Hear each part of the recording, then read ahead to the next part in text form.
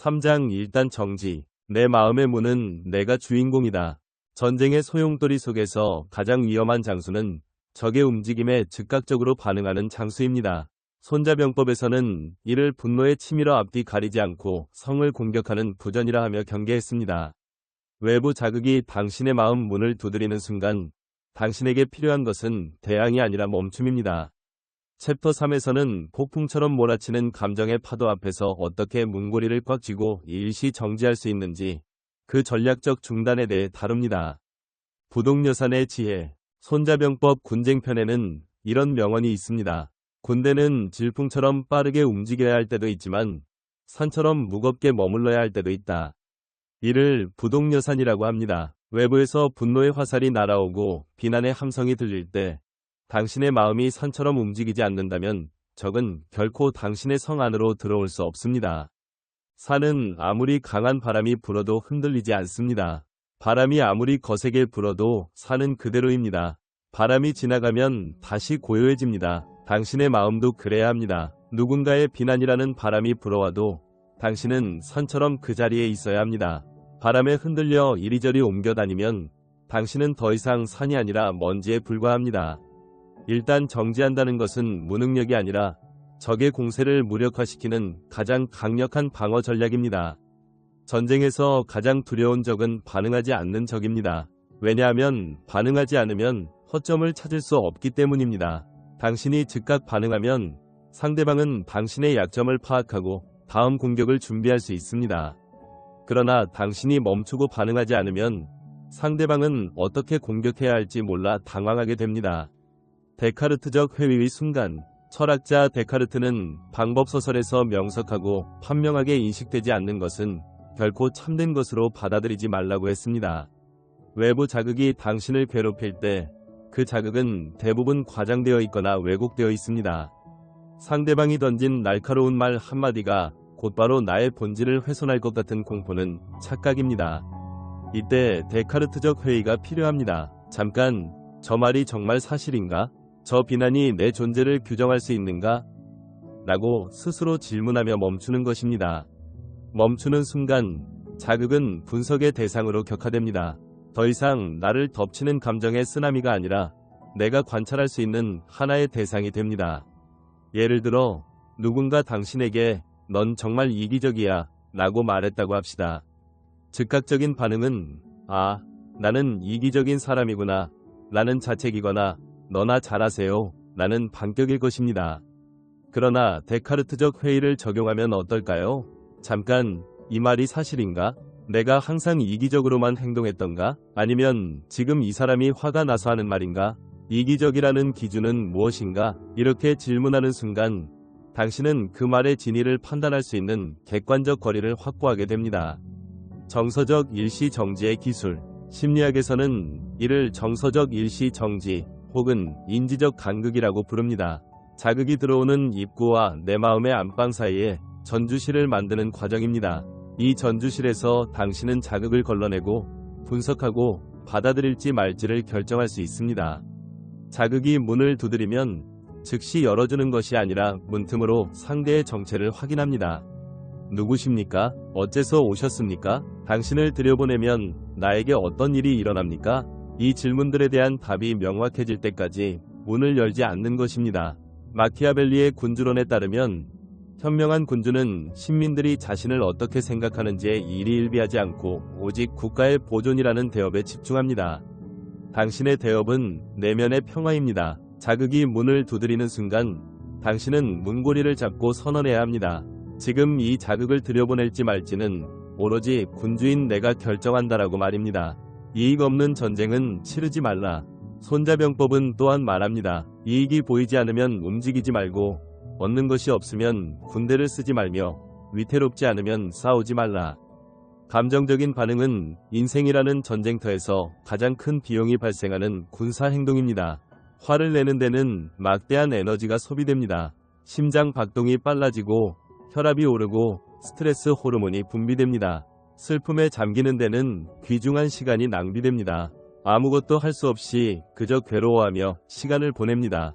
불안에 떠는 데는 창의성과 생산성이 마비됩니다.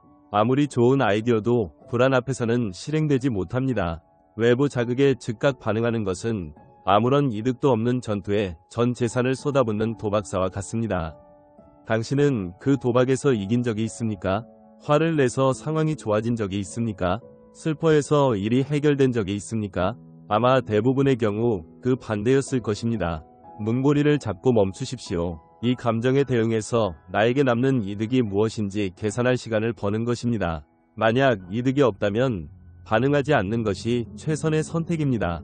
빅터 프랭클의 간극. 심리학자 빅터 프랭클은 수용소의 극심한 고통 속에서도 나치 장교들의 모욕에 즉각 반응하지 않았습니다.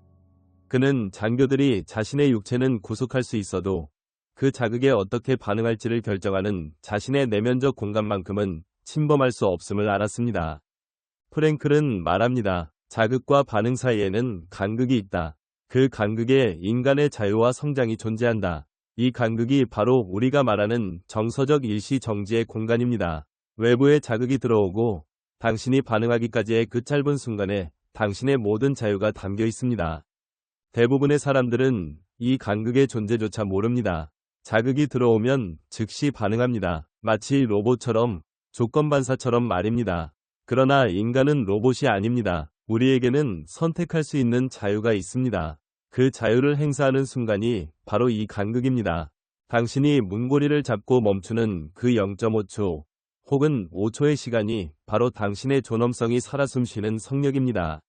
그 짧은 순간에 당신은 반응할지 말지를 선택할 수 있습니다.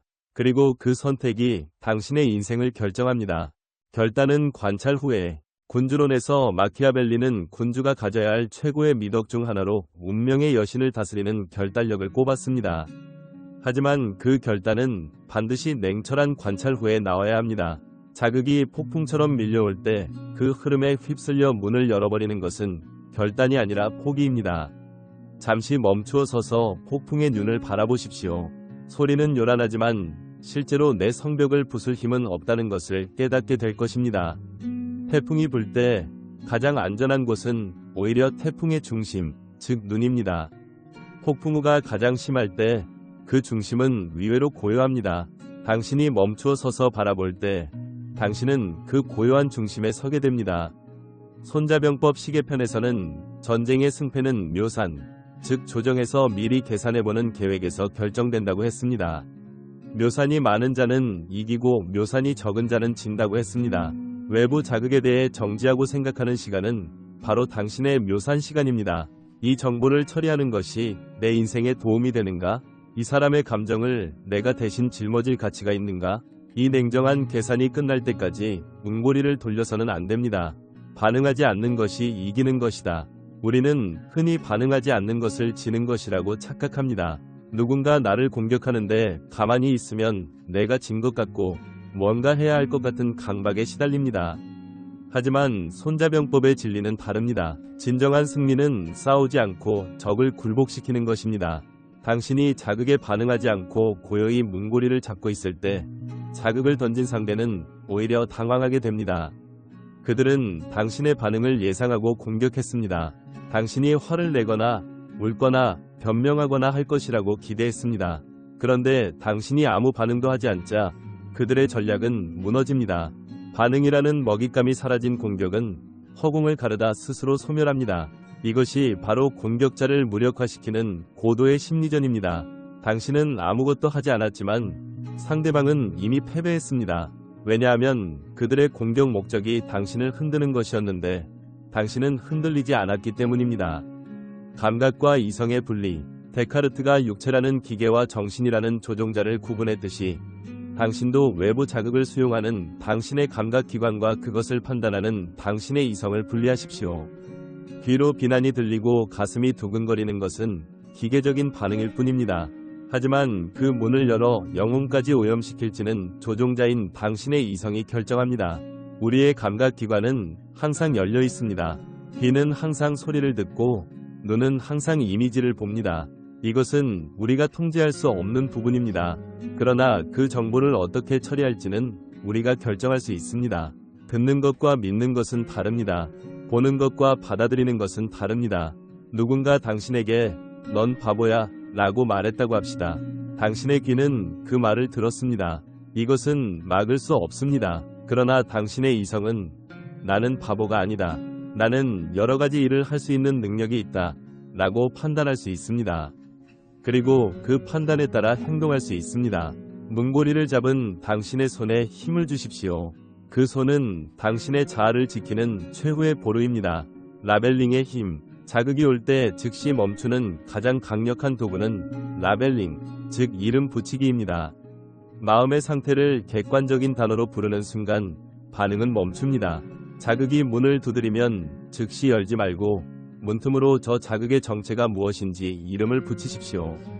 누군가 당신의 열등감을 자극하는 말을 했을 때 심장이 뛰고 입술이 떨릴 수 있습니다. 이때 즉시 대꾸하지 마십시오. 대신 속으로 말하십시오. 지금 내 마음이 반응하고 있구나. 지금 내 몸에 분노라는 에너지가 들어오려 하는구나. 이렇게 객관적으로 이름을 붙이는 순간 당신은 반응의 주체에서 관찰자의 위치로 이동합니다.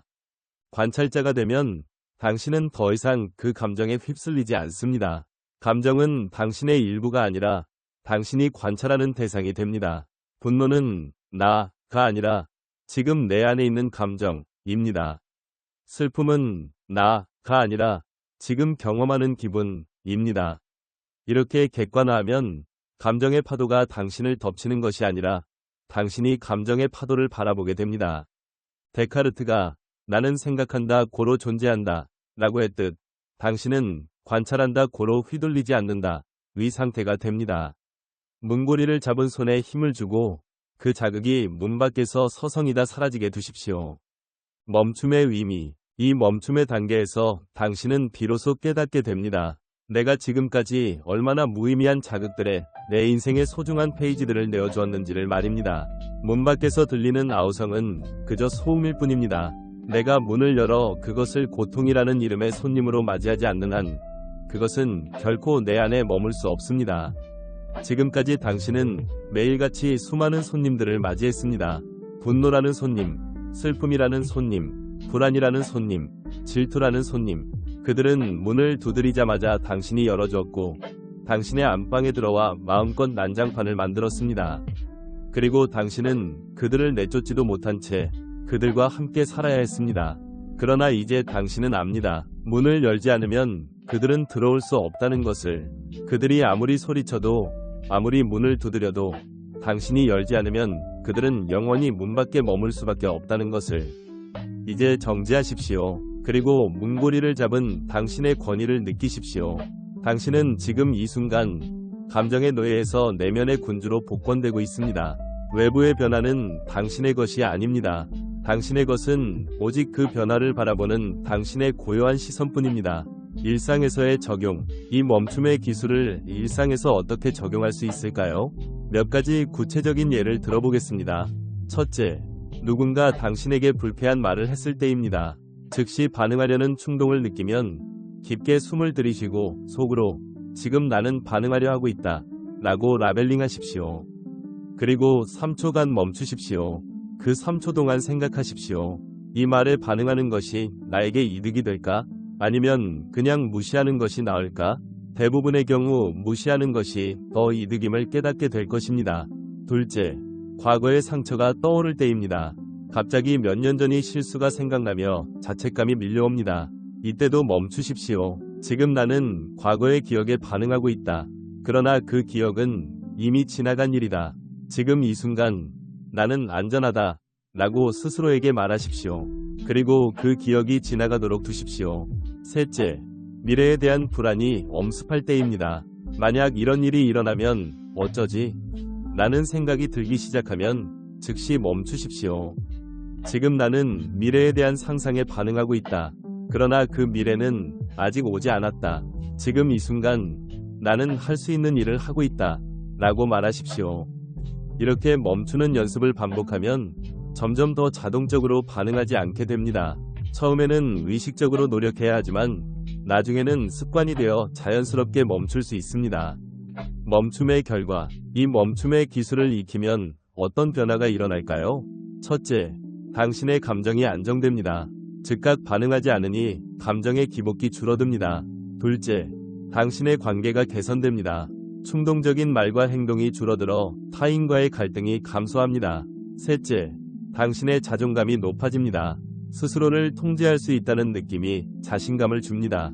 가장 중요한 변화는 당신이 더 이상 외부 자극의 노예가 아니라는 사실을 깨닫는 것입니다. 당신은 당신의 감정을 선택할 수 있습니다. 당신은 당신의 반응을 선택할 수 있습니다. 이것이 진정한 자유입니다. 문고리를 잡은 당신의 손에 힘을 주십시오. 그리고 선언하십시오. 나는 내 마음의 주인이다. 누구도 내 허락 없이 내 안에 들어올 수 없다. 이 선언이 당신을 변화시킬 것입니다.